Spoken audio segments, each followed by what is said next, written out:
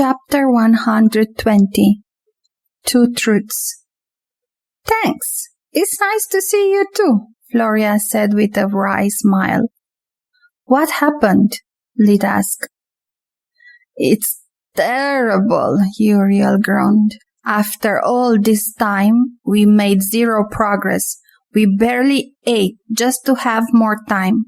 But it was all for nothing. I'm going to fail dimensional magic so badly it'll ruin my grades. How can we focus on a subject this difficult with everything that's happening? Every time I'm alone, I have to constantly look over my shoulder for Liam and his goons. The rest of the time, I'm either studying or worrying about what could happen if a civil war really breaks out. I could lose everything and everyone I love. The work of generation could be destroyed in a few days, simply because people like the Lockhart believe that might makes right. I can barely sleep at night anymore."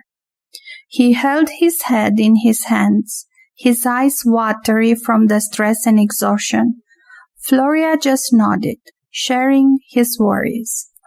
She had almost felt compelled to call home every hour to check on her brothers.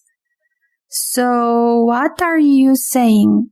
Is living like a commoner is driving you crazy?" Lit replied, his eyebrows furrowed. "Your first worry is the same one every student without a ballot or a powerful family has to live with. As for the second, back in my village, wandering nobles were treated like natural disasters. They could pillage, kill, and rape at will. We were the lucky ones, because my mentor's presence kept the most of them away. Sorry, but I am not sorry to pop your self-pity bubble. Not to mention that you two are living proof their strategy is working. If everyone freaked out like you do, very few would graduate this year. That would be seen as the headmaster's fault, pushing the kingdom one step closer to civil war." Floria and Uriel grew even more somber after his speech. "Way to go, you idiot," Lid scolded himself. "Why don't you just beat them up while you're at it? We need their help, so try to be a decent person for a change." "Sorry, guys. I didn't mean to be a jerk," he said, and for once he was sincere. "But something absurd happened to me while I was in the forest, and I'm still messed up." Before either of them could ask a single question, Lid told his story again. But unlike the Marchioness, they didn't let him continue past the part about defeating the plant abomination and rescuing the Dryad. "Are you telling us you defeated a monster alone?" Floria's voice and expressions showed she didn't believe a word he said. "Was the Dryad hot?"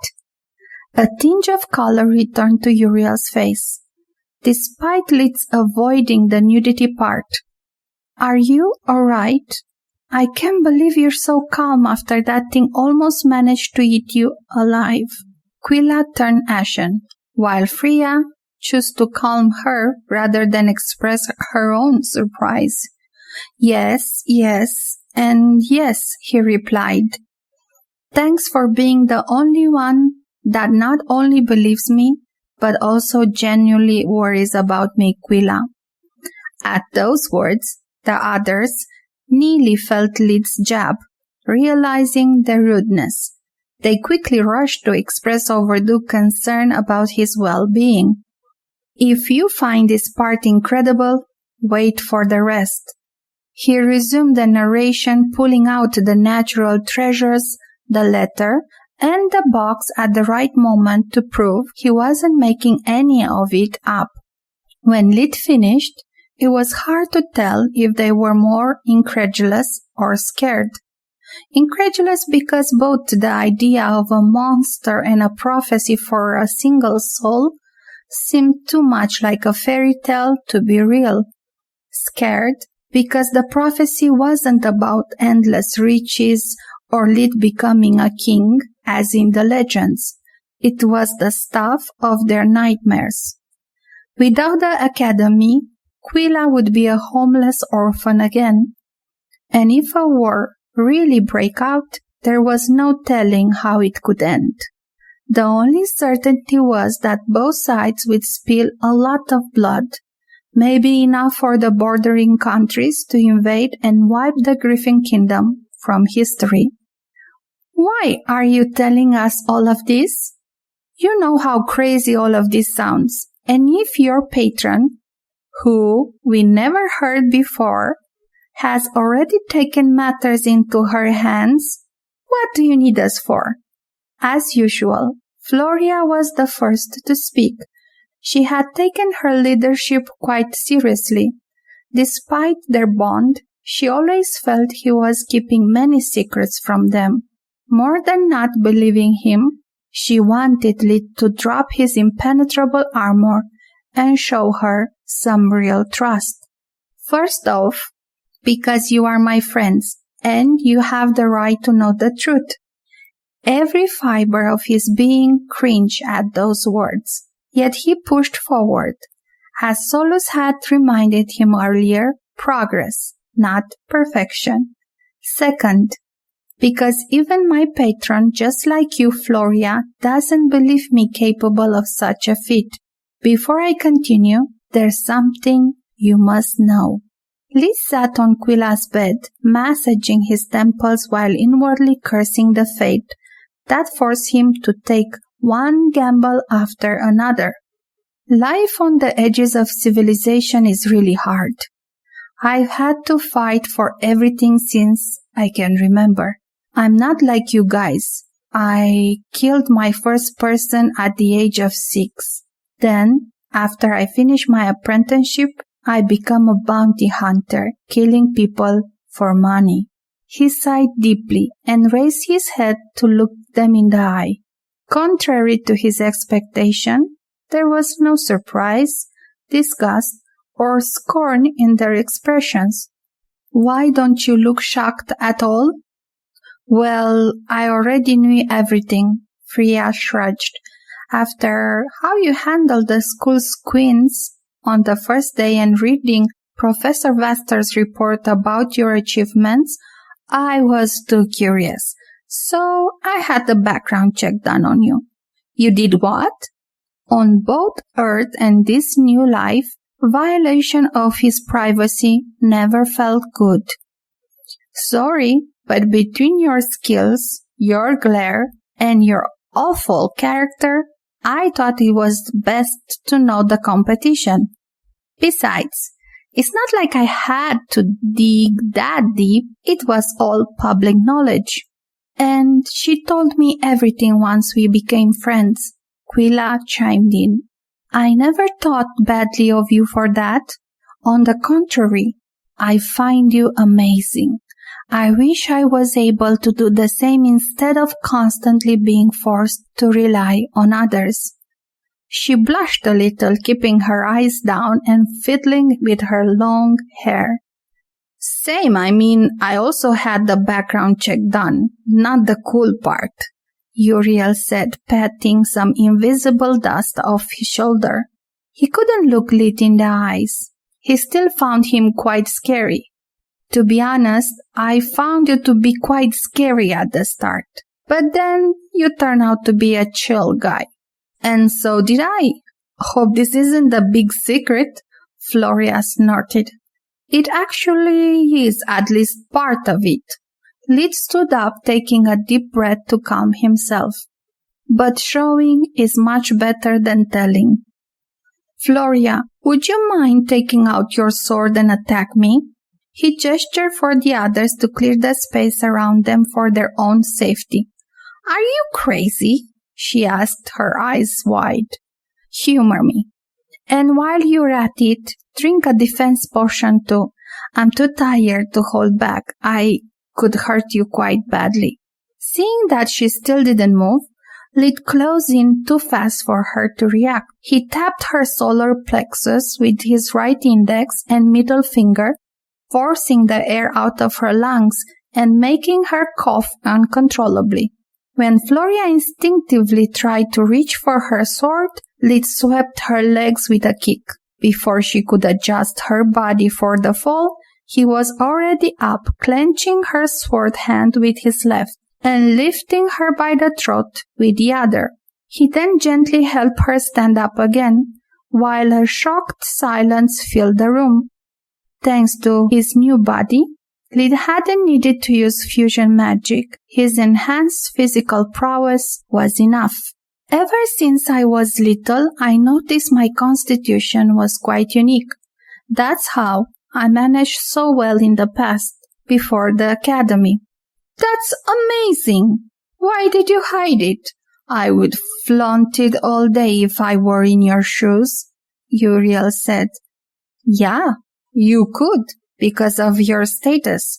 If so many nobles get angry when a commoner surpasses them in any field, imagine what would happen if they knew a commoner who is both a good mage and a great fighter exists. It was the best explanation Lid had come up with. It covered his reluctance, partly explaining his exploits, and most importantly, exposing as little of his secrets as possible. I would either be targeted by those who see my existence as a threat or be forced into servitude. My mentor always told me to never reveal it to anyone, and this is the first time I'm disobeying her, because I need your help. Chapter 121, Interludium.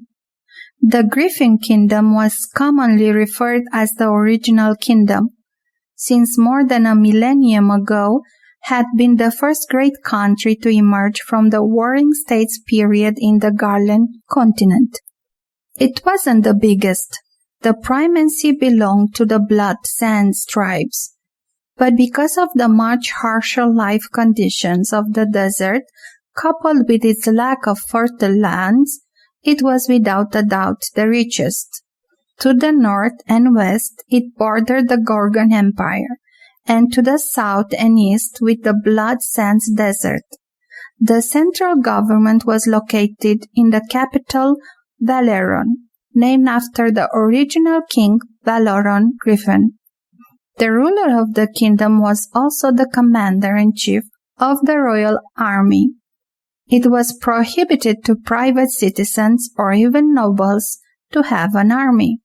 Those who could afford it were only allowed to have a personal guard, up to 100 soldiers. The simple attempt to recruit or form one was high treason against the crown, and the perpetrator's bloodline would be executed up to the third generation. Nobles were only considered as administrators of their land on behalf of the king or queen. They weren't allowed to make laws, only to apply them as they were enacted by the court. In case of doubt about their interpretation, a simple call via the communication amulet to a royal scribe would clear it. To waive the laws were needed special circumstances and the king's direct approval, otherwise it would be considered an act of rebellion. One of those reasons the Griffin Kingdom had flourished during the centuries compared to its neighbors was the ruler's selection process. The title wasn't hereditary, just like the competence, skill and talent the role required. After the death of the current ruler, the spouse would hold the reins of the whole kingdom until the next one was found. To access to the selection, there were 3 essential requirements. The candidate had to share, no matter how dilute, the blood of the original king. Also had to possess outstanding magical talent and prove administrative skill. The reason for the first requirement was still a mystery to everyone except the ruler. The second and third, instead, were quite obvious. Without magic, the ruler would be the prisoner of his own guards, since even a magical level servant could kill him without leaving any trace in barely a second. Lastly, a good ruler was first and foremost a good administrator. Without a proper sense of justice and balance, he would be either a tyrant or, even worse, a profligate strawman in the hands of whoever was able to enable his vices. Those who satisfied these requirements would be brought in the deepest part of the royal castle in front of a mystical gate made out of gold and silver that would open only for those who carried royal blood. The ones that were found worthy would emerge from it shocked but unharmed, while the others would never return. It was the main reason why the title of king or queen was not coveted except for those who sincerely believed to deserve it. At any time, someone that met the requirements could challenge the current ruler and undertake the trial, but again, very few came back. In its 1,000 years history, the court had never elected a ruler without carrying the tradition, and even that was a mystery. Many thought that behind the gate there was a series of magical artifacts that would put the candidate to the test and kill those who weren't fit to lead the country. Others thought that the ghost of the original king still dwelled in the castle, passing his wisdom through the generations, thanks to the bond of blood they shared. All of them were wrong. Behind the gold and silver gate, after a short tunnel, there was the lair of the divine Griffon, treacherous, one of 3 divine beasts that lived on the continent, that history knew only as the original queen, from the time she helped Valeron build his kingdom, which he named in her honor. Every time it was necessary, she would examine the candidates, making sure that the legacy of her only one and true love would not be lost, using her powers to probe their minds and spirits. If any of them pleased her, the kingdom would have a new ruler. Otherwise, she would have no need to fix something for dinner. Treacherous didn't believe in direct intervention, nor did she care that much for human affairs anymore. She just kept fulfilling King Valeron's dying wish, choosing his successors and scaring the shit out of the court from time to time, when someone thought that the tradition was outdated. It was from her lair that Argin Renas departed for his new mission. He was the youngest recruit in the Queen's Corps and had just finished learning the basic of royal magic from treacherous. The existence of the Queen's Corps was a known fact, something that every law-abiding citizen would remember and respect. To the contrary, the Queen's Corps was supposed to be just a rumor, the boogeyman of the underworld. It was a secret unit comprised only by the most loyal member of the corps, that once had mastered royal magic would single-handedly remove any threat to the kingdom.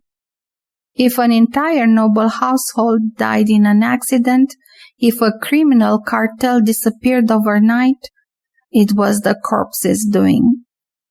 No one had actually ever seen a member of the corps in action and lived to tell the tale. It was one of those "my cousin's friends know a guy that" kind of rumor, yet they were very real. When they had met, treacherous had welcomed Argin in her human form, making him fall head over heels for her, and wasting the following week rejecting his marriage proposals and trying to reason with him. She had kept her Griffin form for too long, forgetting that calming down a scared guest was much easier than facing his unreasonable feelings. Tyra's human appearance had a delicate oval face, with perfect features that countless artists had spent their whole lives in vain trying to reproduce them. She had a shining gold hair, long enough to almost touch the floor, and silver eyes that sparkle as stars at the faintest light. Her pearly pink skin was flawless, showing no signs of being affected by living in the cold underground lair for so long. Tyrus usually wore a simple blue satin day dress, used century ago by grieving widows, that despite its ancient and baggy cut, could not hide her soft and ravishing curves more than a flying bird could eclipse the sun. The first time Arjun had seen her smile, he believed to have been long dead, because that simple expression brought back to life all the feelings that long years in the Queen's Black Ops squad had made him forget. "Remember, do not abuse of your new powers," were her parting words. "The impurities in your body are not your enemy. On the contrary, are the only reason why you and all the talented mages are still alive, despite your bodies are unsuitable to wield the power of your cores. It takes time for a body to adapt, and there is no way to rush the process. Any misstep, and you will turn into an abomination, and someone else from the corpse will have to get rid of you. Farewell, child. We shall not meet again." With a heavy heart he departed without looking back.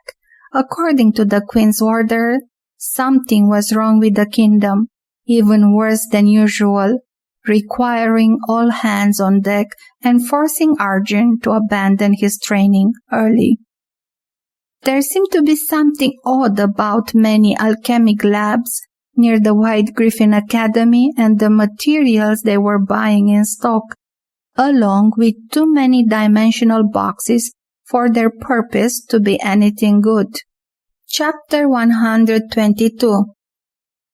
After Arjun left, Tyrus could not but sigh, thinking about the irony of the core refining process. While those who started with a very weak manacore, be it red or yellow, had it easy, the stronger the core, the higher the risks.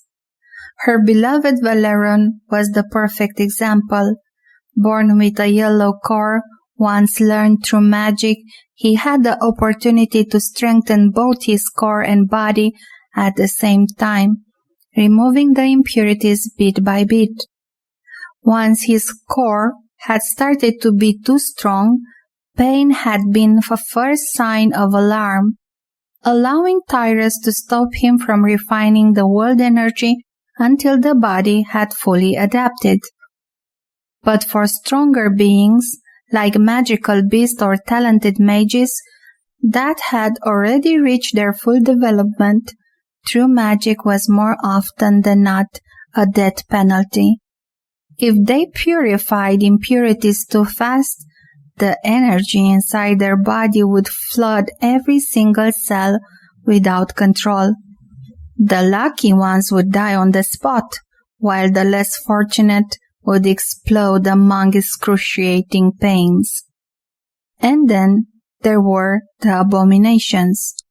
Being with a core so strong, with a will so indomitable that even death could not defeat them, they would plague the land, consuming all forms of life, trying to prolong their existence.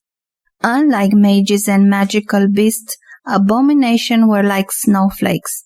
No two were alike.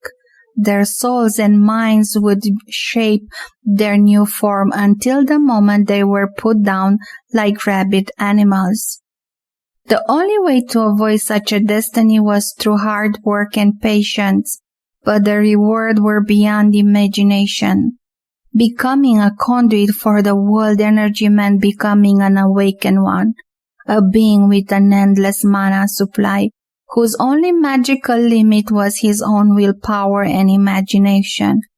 By removing the impurities, the body of an awakened one would progressively become faster, stronger, and more resilient, his healing so fast to almost resemble regeneration, his sixth senses keen like those of the animals. Last but not least, all awakened ones would have their lifespans enhanced. They would no longer consume their own life force, replacing it with the world's energy itself. That was how monsters like scorpicors, griffons, dragons, and phoenixes could have an almost eternal life. But that didn't mean immortality. Despite each of them was really hard to kill, it was far from impossible. That was why most of the oldest awakened ones ended up isolating themselves. The stronger you were, the more conceited you become, until the point you felt entitled to force your idea of right and wrong onto others, making the whole world your enemy.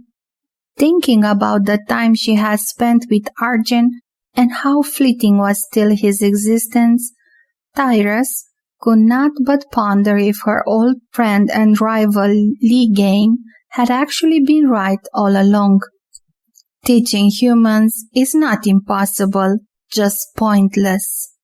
He had told her the last time they had met, centuries early back, when he had given up on humankind due to their innate foolishness. Thinking of him after all these years still managed to make her laugh.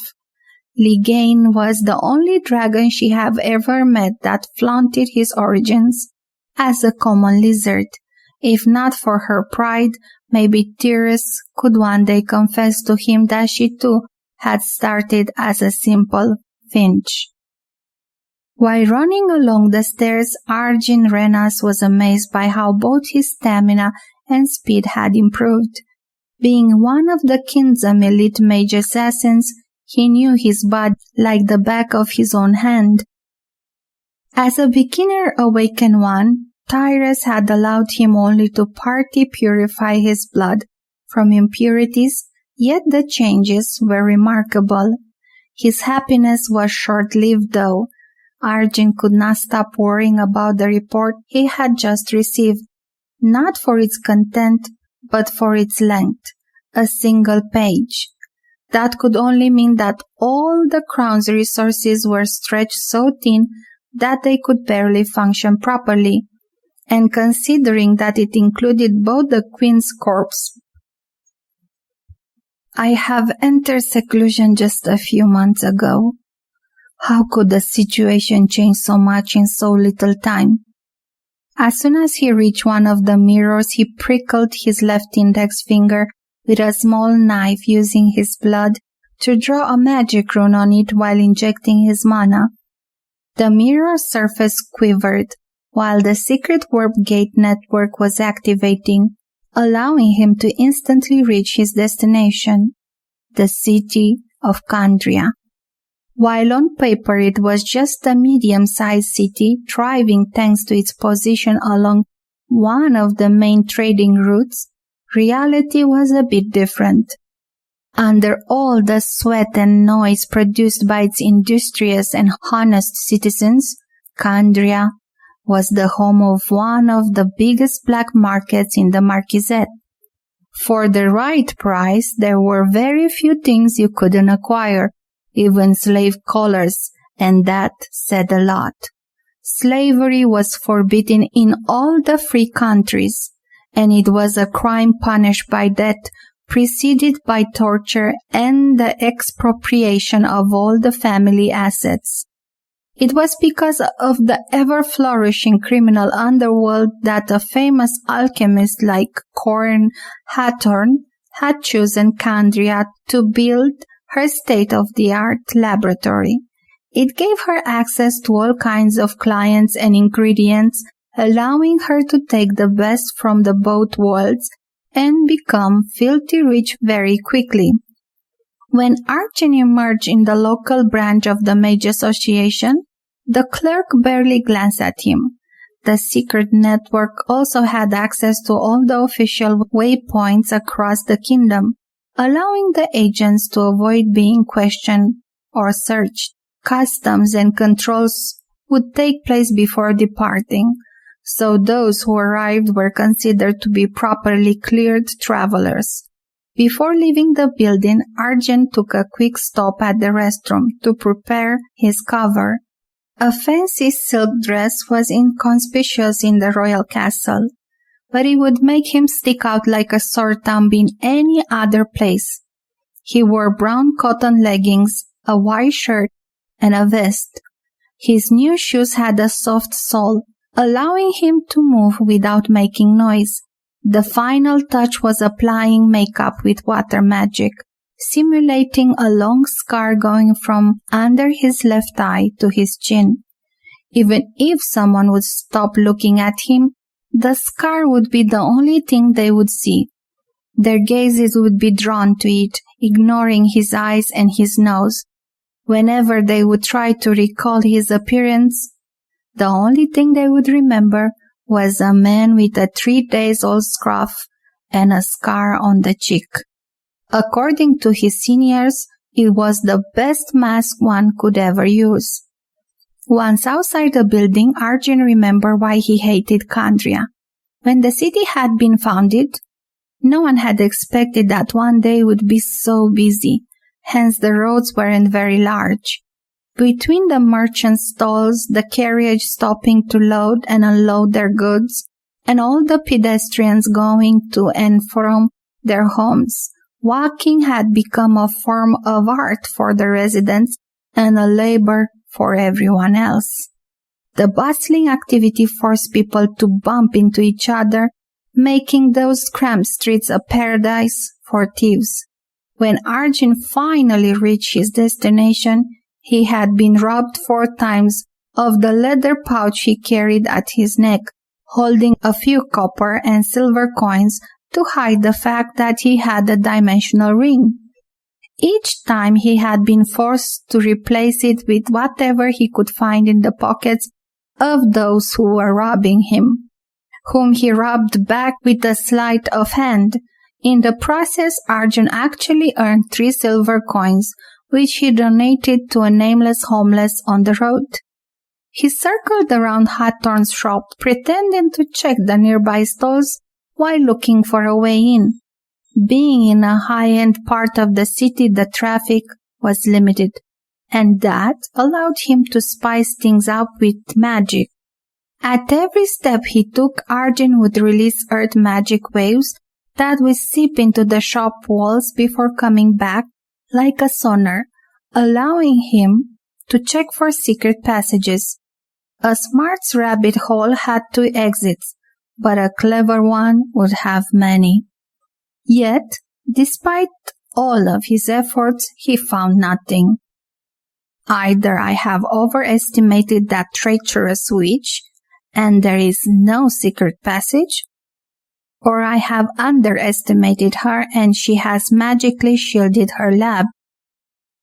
On the back of his orders, there was a recently drawn map of the alchemic lab, but the only entrances noted were the front door, where aside from window shopping he could do very little outside, drawing unwanted attention, and the service entrance for the suppliers. According to the map, both were guarded by skilled mercenaries. Killing them wasn't a problem, but getting in without causing a ruckus was. The mission required discretion. Otherwise, instead of the corpse, they would have sent a simple constable with a proper warrant. Arjun didn't like complex plan. In his experience, the bigger the setup, the higher was the number of things that could go wrong. He had only one shot at the mission, so after scouting the surroundings, he bought a few trinkets before disappearing in a back alley.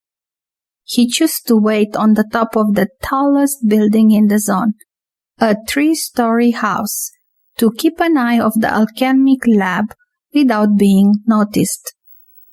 Chapter 123 Terminus. Arjun's options were limited. Being against a fellow magician, he doubted that Hawthorne employed common locks. The illegal market was her biggest source of income. She was bound to have set alarms and safety measures to get rid of intruders or destroy all the incriminating evidence in case something went wrong. Arjun wasn't hot-headed. Neither the mission had a deadline, so he bid his time, waiting 2 days to get his opportunity. It arrived in the form of a shipment of crates that 2 young men delivered after parking their carriage in the alley of the service entrance. Finally, the door was opened from the inside, allowing the goods to be brought inside by both the guards and the couriers. Using live vision, Arjun checked the surroundings for witness and then the building to make sure the intelligence he had was correct. There were no guards hidden inside, and that was good news. If Arjun wanted, he could have jumped down and killed them all in barely 2 seconds. The corpses weren't a problem. He could store them in his dimensional amulet, and so was the blood. A simple pulse of dark energy would delete every trace of the massacre. But that would mean killing 2 potential innocents, not to mention that the carriage and the crates were bound to draw attention, since they were perfectly visible from the main road. Arjun wanted for the guards to get back in, and at the last second when the door was about to be closed, he blinked inside. Arjun's stiletto severed the man's spine from the skull, killing him on the spot. Before the second guard, a bulky middle-aged man, could even react, Arjun blinked again, appearing behind him and putting his right hand on the guard's mouth before slitting his throat from ear to ear. Not even a drop of blood reached the ground. Arjun managed to capture all of it with water magic and store it in his dimensional amulet. Then he proceeded to search the corpses, finding a set of keys and personal effects. By his looks, the middle-aged guard wasn't married, nor had any family. Under the breastplate, his clothes were dirty with days-old food stains, missing some buttons that he never cared to replace. His belongings amounted to a set of gambling dice and a wineskin already half empty, despite that it was still morning. All signs that the man was letting himself go, without a care in the world. The other guard was younger, cleaner, with an oval-shaped locket around his neck. Inside were 4 initials inscribed in a heart. Arjun used air magic to shave off his scruffs and water magic to remove the fake scar, applying at the same time some makeup to resemble as much as possible his victim before donning his clothes. As long as someone doesn't close enough, it would be hard to recognize me as an intruder. Even if that happens, surprise should give me a second or 2, plenty enough to get rid of the meddling bastard. After sealing the bodies in his dimensional amulet, Arjun used earth magic again, this time scanning the building from the inside. As he had suspected earlier, it had been shielded against external probing. But from there he was able to perceive an uncharted grid of tunnels and rooms right below the shop. Arjun left the warehouse, heading towards the nearest entrance. He regretted not having the opportunity to search the crates behind him. But now he was on the clock. His goal was to get all the evidence he needed before either blowing up the place or running away after writing an apology note. Thanks to live vision, he could see that the door in front of him had no magical properties. Nonetheless, when he found the right key, he used spirit magic to unlock it, just to be safe.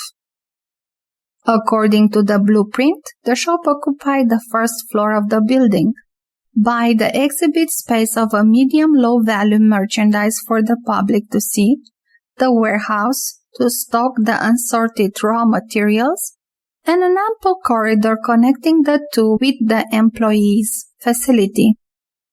Below the street level were supposed to be just the alchemic lab and the vault, containing the high-end products and rare ingredients.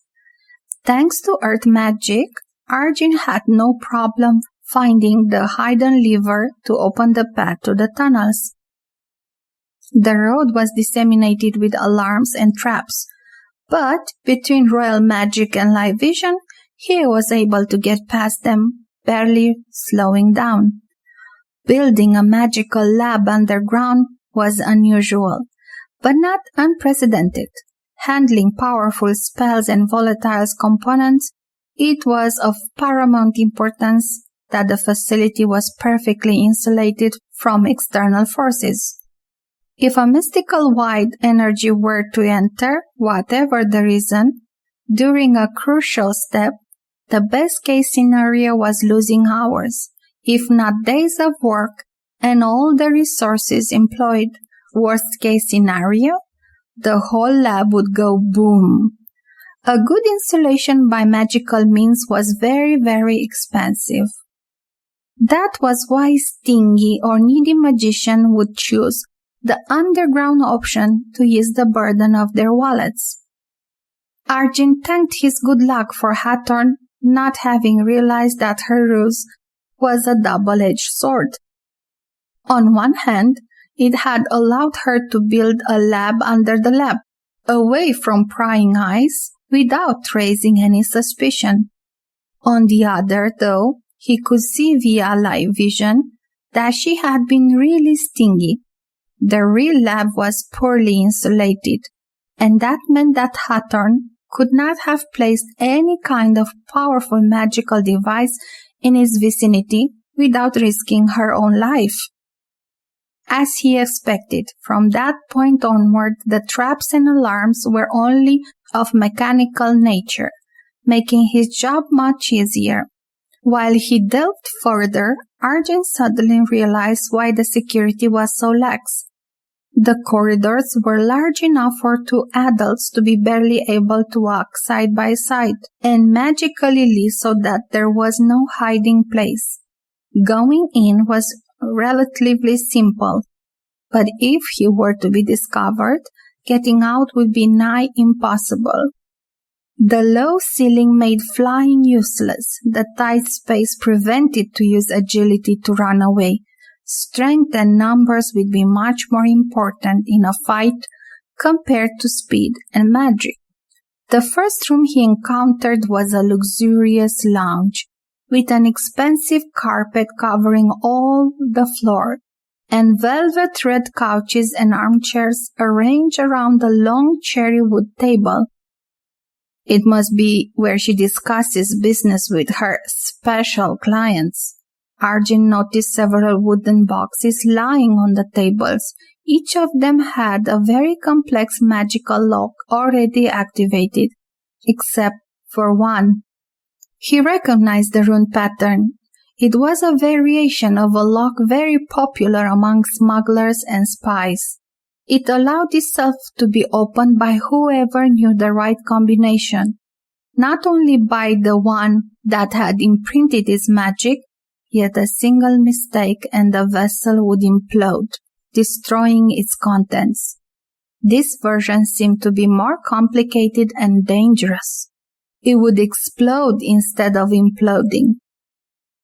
Arjun stored a lot of them in his dimensional amulet, hoping to be able to find a way to break into them later. He also took the unlocked box, and after moving some of the furniture to get as much space as possible, he placed it on the ground, pushing the opening button. The box grew to the size of a big closet, containing glass rods, vials, and several burners. It was also full of gears connected to mechanical arms that seemed to have been designed to hold and handle the laboratory glassware that had yet to be arranged.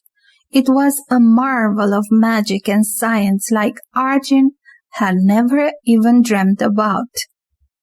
Whatever this is, it must be the unassembled version of what lies in the other boxes. If only the glassware was already at least filled with the ingredients, my mission would be as good as done. As it is, the question remains. What the heck is this for? He compressed it again, storing it away too. The lounge led to another small corridor identical to the previous one. After checking with earth magic and life vision for traps or hidden guards, Arjun moved forward, determined to find the last piece of the puzzle. His steps didn't produce any sound, allowing him to keep an ear out for incoming enemies, yet he encountered no one. At his left, he found another door. Unlike any other in the building, it was thick and padded, made to prevent something from coming out. Yet it had no lock whatsoever. This piqued his curiosity, so after changing back to his enchanted suit and preparing for the worst, he slowly opened the door. What he saw was so creepy that even a hardened veteran like him could not help but feel cold shiver running down his spine. The room inside was small, 5 meters large and 10 meters long, with chains coming out from the walls and floor. At first glance, it could look like a prison, but everything was wrong. There were no prisoner hanging, just corpses. One seemed to have exploded from the inside, its chest cut open in two by a single huge wound that no known weapon or beast should have been able to inflict. Another was burned to death, while its neighbor was frozen solid, and despite the room was far from cold, it didn't show any sign of thawing. After checking them both, Arjun understood that their death made no sense. It wasn't the result of any spell or natural event. Fire and ice respectively had devoured them from the inside. The last corpse was even stranger than the others. What he supposed had once been an old man had now his face disfigured by agony, the eyes rolled back showing only the white. The corpse had its veins turned of a bright blue, and they were bulging out like they were going to burst open at any second. When Arjun touched the body to better examine it, the old man regained his senses, whispering an almost silent prayer. "Please, kill me." Arjun jumped back from the surprise, instinctively activating live vision. Not only the man was alive, but all the chained bodies, even in death, kept emitting a mana signature. Whatever had killed them was still active. What in the God's name has that mad woman done? Arjun stored the bodies. The royal mages would have a lot of explaining to do. Then he checked the old man again. He was clearly in a lot of pain, in no condition to be moved, and Arjun was no healer. He had only recently become an awakened one, developing with true magic only the spells he had already apt to. "I'm sorry, old man, but your body or those of your companions may hold the key to prevent a greater disaster. The kingdom honors your sacrifice." Arjun snapped his neck, giving him a painless death. But as soon as he did, the chain started blinking with a magical energy. Even without understanding how, he knew to have triggered some kind of alarm. Arjun assessed that between the bodies and the boxes, he had gained enough. It was time to get out of there. Unbeknownst to him, it wasn't an alarm. Just like the room wasn't a prison. It was just another lab with a different kind of guinea pigs. The chains had simply alerted the assistants that was time to collect the data. Arjun rushed all the way back using air fusion, slowing down only to avoid the traps. Suddenly, a man with a wizard attire and a couple of guards popped out of a corner, managing to sound the alarm the moment they spotted the intruder. Cursing his bad luck, Arjun darted forward. His stilettos made short work of the guards and the mage that died before having the time to cast a single spell. More and more guards flooded the corridors, dying like ants under Arjun's stilettos. Their corpses piled up as fast as they arrived.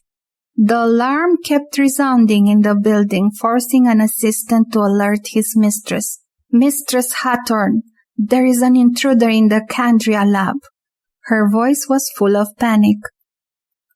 "How far has he gone? What has he taken?" The old hoarse voice was more annoyed than worried. They had disturbed her during a crucial point in her latest experiment. "We don't know. He's about to come out from the underground lab. I don't know how long we will be able to stop him. Please, help us." "Help you? A bunch of incompetent and ungrateful idiots? You are all fired." Hathorn took out a glass pearl from her dimensional amulet, crushing it under her heel. A second later, a powerful but controlled explosion erupted from the underground lab, turning everything and everyone in a radius of 5 meters from the shop into ashes. Then she took her communicator amulet, informing her client. "Lockhart, old fart, I have good news and I have bad news. The bad news is that an intruder screwed up your little master plan. I had to destroy everything to prevent him from escaping." "What's the good news?" "I'm still not finished, you idiot. My old student Professor Reflar had come to collect his order, and he is probably dead too. If I'm right, and I usually am, the intruder was sent here from the Queen. The death of the professor is ill-timed. They will probably think he was one of your lapdogs. Also, I don't know if there was more than one intruder or what they have found out.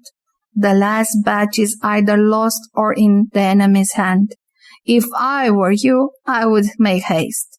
If they were to find out their content, you'll fail even before you start." Archmage Lucard's voice was full of anger and impatience. He would have buried alive that old hag years ago, if only he had the chance. But Hathorn was too smart and knew too much. "I'm still waiting for the good news," he roared. The lab was insured.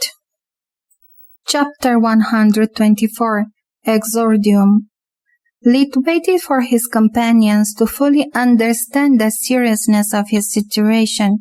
Without their aid, he feared to be forced to expose himself and his family to countless dangers. Each one of them was forced to a really difficult choice. Either to back up his story, lying to the headmaster and put their academic careers and family name in danger, or refuse, leaving him to shoulder alone the consequences of his attempt to prevent the ruin of the academy. "I am aware I'm asking much from you, but please know that I'm not doing this lightly. If any of you doesn't want to get involved, I would understand and bear no grudge." An awkward silence ensued. Most of them didn't know how to answer. On one hand, they felt proud of their friend, not only willing to risk so much to protect the country from the civil war, but also having enough trust in them to reveal his secret. On the other hand, though, they felt scared by the consequences both choices would bear, but most importantly, they realized that he was asking from them a leap of faith. if his revelation have proven something, was that they actually knew nothing about him. Lit was already eerie back when he glared all the time, breezing through the classes and single-handedly disposing of magical beasts in the mock exam. But now, didn't he has just admitted not being a normal human? For all they knew, his unnatural speed and strength could be just the tip of the iceberg. That wasn't a situation any of them had ever taken into account when joining the White Griffon Academy. For Uriel, the plan had always been to study hard, have as many flings as possible before his arranged marriage, and inherit the family assets. Floria's only aim was to graduate with grades high enough to allow her to avoid any arranged marriage and live her life as she wanted. After finding out that her mother didn't care for her as a daughter, but only as a tool for her plots, Freya had become determined to become as successful as possible, to give the middle finger before leaving the household for good. Quilla, instead, just wanted to never suffer from loneliness and starvation again. Things had just turned so much complicated. Contrary to everyone's expectation, it was Uriel the first to answer. "You can count on me." He gave him a thumbs up. Quilla would probably follow him even if he had revealed to be an undead or a shape-shifting monster, Uriel thought. Freya simply come along. Those two are like glued together that I wouldn't be surprised even she accepted to take part in a threesome. That leaves out only Floria, but she seems too much bounded to honor and loyalty to abandon a teammate in dire straits. Hence, instead of looking like a coward, it's better to move first. Besides, no pain, no gain. Once it gets out that we managed to kill a monster, my reputation will go through the roof, and if somehow our discovery prevents the civil war, I'll take credit for that too. Although cynical, Uriel's reason was in the ballpark. He had anticipated Quilla of a split second, and as soon as she spoke, Freya agreed too, leaving the flabbergasted Floria looking like an egotistical jerk. "What in the world? I mean, she blushed so hard to almost look cute. After thanking them, Lit proceeded to describe again the fight versus the abomination, concocting, with their help, a believable team story. They were still discussing when a voice resounded in the air, just like the gong for the lesson, summoning them in the headmaster's office. They walked as slowly as possible, trying to fix the last details. When they entered the office, Linjos was waiting for them, standing up in front of the glass window. "We are ready to report, sir." Floria stepped forward straight as an arrow in a military look-like pose. "No need," he replied without even turning back, prompting them to get close with a wave of his hand. While they obeyed, each one of them more nervous than the other. Linja spun his index finger in the air, and the whole tower where the office was located started to turn around, until it faced a particular region of the forest that was completely bald. The whole group was shocked. If not for the change in the landscape, they wouldn't never guess the tower was able to move. It all had happened without the slightest vibration. "That's where the fight took place, correct?" Linjos asked. "Yes," Floria replied, swallowing down a lump of saliva. "Good gods, how big was that thing? How strong it really is," they thought as one. "Normally, I wouldn't believe a word of your story. Too many things do not add up. But even if that horrible withered scar wasn't proof enough, I have already contacted the Lord of the Forest, which confirmed everything. So either you are telling a truth of being sung by bards, or I'm the victim of an incredibly elaborate joke. When Scarlet had received Linjo's call about the abomination, it had immediately understood what was happening. Knowing what humans would do to an unawakened one, and being still interested in its development, the Scorpicore nodded to everything, even introducing to Linjos the rescued riot before hanging up the call. Animals can talk? Uriel asking out in a surprise. Animals can't. Monsters, instead, speak fluently just like you and I. Linjos turned around, looking Lit in the eyes. How come Lit was the one to decide what to do with what you found?